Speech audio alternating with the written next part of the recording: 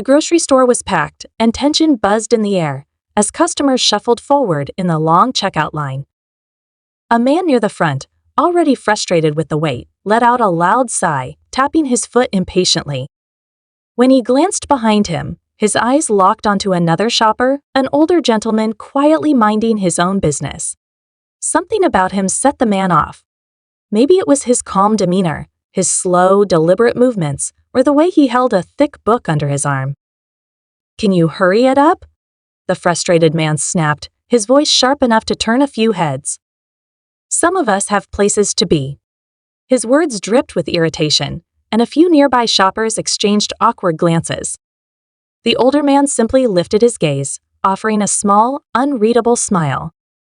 He didn't argue, didn't react with the same hostility he just watched. The impatient man scoffed, rolling his eyes. "Unbelievable," he muttered. "Bet you don't have anything better to do than waste everyone's time." And then, the cashier's voice cut through the tension. "Sir, I think you might want to be a little more respectful." She hesitated before adding, "Do you even know who you're talking to?" A murmur spread through the line. The man frowned, glancing around as if expecting someone to explain. What was she talking about? Just some old guy with a book, nothing special. But then the older man chuckled softly, adjusting the book in his hands. With a polite nod, he finally spoke. And the moment he did, everything changed. The older man let out a soft chuckle, the kind that sent a ripple of unease through the impatient customer. His fingers tapped lightly against the book in his hands, his expression unreadable. The surrounding shoppers stood frozen, their curiosity piqued, waiting for anything that would explain why the cashier had spoken with such urgency. "I take it you don't read much," the older man finally said, his voice steady but carrying an edge of amusement. It wasn't an insult, not exactly, but there was something in his tone that made the impatient man bristle. "What's that supposed to mean?" he shot back, shifting his weight as if ready for an argument.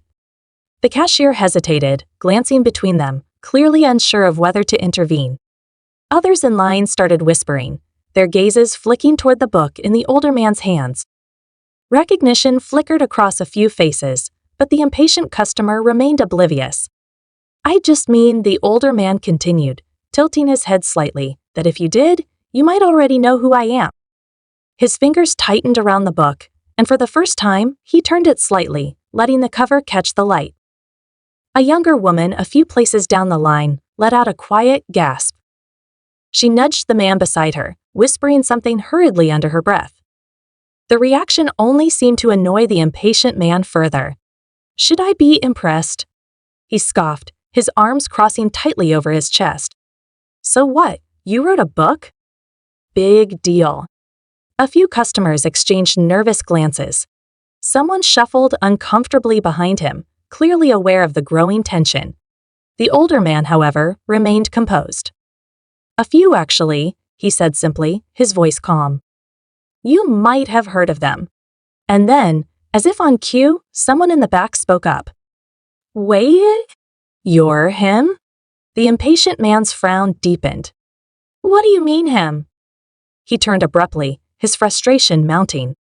"Am I supposed to know who this guy is?" A different voice chimed in, now this one belonging to a teenage boy who had pulled out his phone, his eyes scanning the screen with growing excitement. "Dude, he's one of the biggest authors in the country. His books are everywhere." He turned the phone around, showing the impatient man a best-selling novel's cover, the same one the older man held in his hands. For the first time, something shifted in the impatient man's demeanor. He stared at the book, then at the older man, his expression flickering between skepticism and realization. The crowd was watching closely now, waiting to see his reaction. "You're telling me this guy wrote that?" He gestured toward the book as if it were suddenly some sort of foreign object. "No way." The older man merely shrugged. "Believe what you want." The tension thickened, stretching between them like a taut wire. The impatient man suddenly felt smaller, as if the weight of the situation was finally settling on his shoulders. Had he just humiliated himself in front of someone famous? Someone important? Still, he wasn't ready to back down. "So what if you wrote some books?" "Doesn't mean you're special," he muttered, but there was far less conviction in his voice now. The older man studied him for a moment before speaking again. "No, it doesn't," he agreed.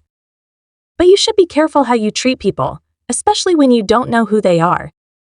Something about the way he said it sent a chill through the impatient man. It wasn't a threat, it didn't need to be. It was just a truth. A simple, unavoidable truth. The crowd remained silent, but the energy in the air had shifted. Some looked on with intrigue, others with amusement, and a few with sympathy. The impatient man swallowed hard, suddenly aware of how many eyes were on him.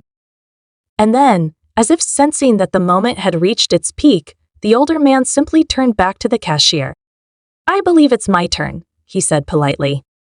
The cashier nodded quickly, ringing up his items with an efficiency that seemed almost nervous. The impatient man remained frozen in place, his mind racing. But before he could fully process what had happened, the older man grabbed his bag, nodded once, and walked away, leaving behind a silence that buzzed with unresolved tension. The impatient man stood there, his face hot with a mixture of frustration and embarrassment. The quiet murmurs of the other shoppers still lingered in the air, their gazes flickering toward him, but no one said anything outright. He clenched his jaw, forcing himself to keep his posture stiff, as if refusing to acknowledge the weight of what had just happened. The famous author had walked away as if the whole thing was nothing more than a fleeting moment, an insignificant blip in his day. But for the impatient man, it was something else entirely. The realization that he had just snapped at someone important, someone admired, nod at him? Not because of the fame, but because it made him wonder.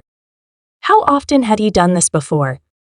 How many times had he dismissed people, assumed the worst of them, treated them like obstacles in his way instead of actual human beings? He swallowed hard, glancing around. A few people were still looking at him, some with quiet amusement, others with curiosity. The teenager who had recognized the author was still staring, phone in hand, but now there was something softer in his expression, pity, maybe. That made it worse. Without another word, the impatient man grabbed his basket and stepped out of the line, his appetite for confrontation suddenly gone. He left the store in long, hurried strides, the cold air outside feeling sharper against his skin than it had before. The parking lot was quieter, less suffocating than the store had been, but the moment still sat heavy in his chest. The author was nowhere in sight, already having disappeared into the flow of the world beyond the grocery store. Just another person going about his day. The impatient man exhaled, shaking his head. Maybe that was the worst part, realizing that while this moment would linger with him, the author would probably forget it entirely. He was just one more rude person in a sea of many, insignificant in the grand scheme of things. But he didn't want to be that person.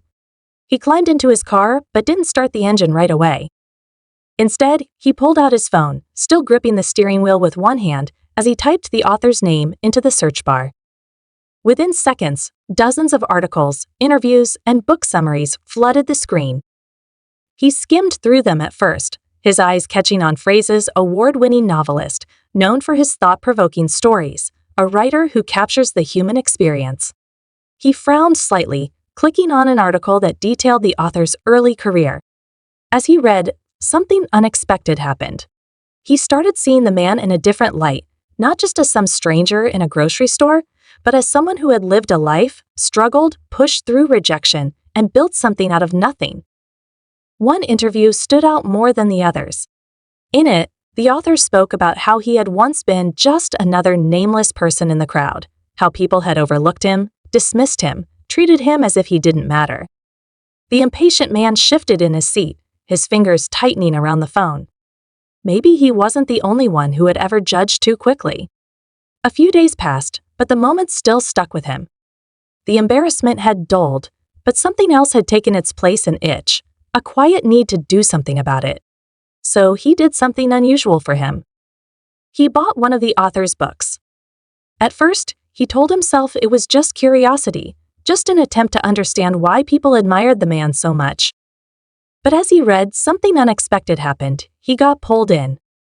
The story was gripping, the characters felt real, And for the first time in a long time, he found himself thinking beyond his own frustrations.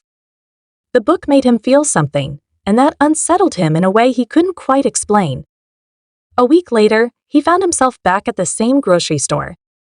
The memory of that day was still fresh, but this time, he wasn't impatient, wasn't in a rush. He noticed things he hadn't before: the tired cashier, who forced a smile for every customer, the elderly woman struggling to lift a bag of apples, the father juggling a toddler and a cart full of groceries. And then he did something even more unusual. When he reached the checkout line, he let someone go ahead of him. Just a small thing. Barely significant. But as the older woman he had let pass turned and gave him a genuine smile, he realized something. It mattered. Maybe not to the world. Maybe not in a grand, life-altering way. But in that moment, to that one person, it mattered.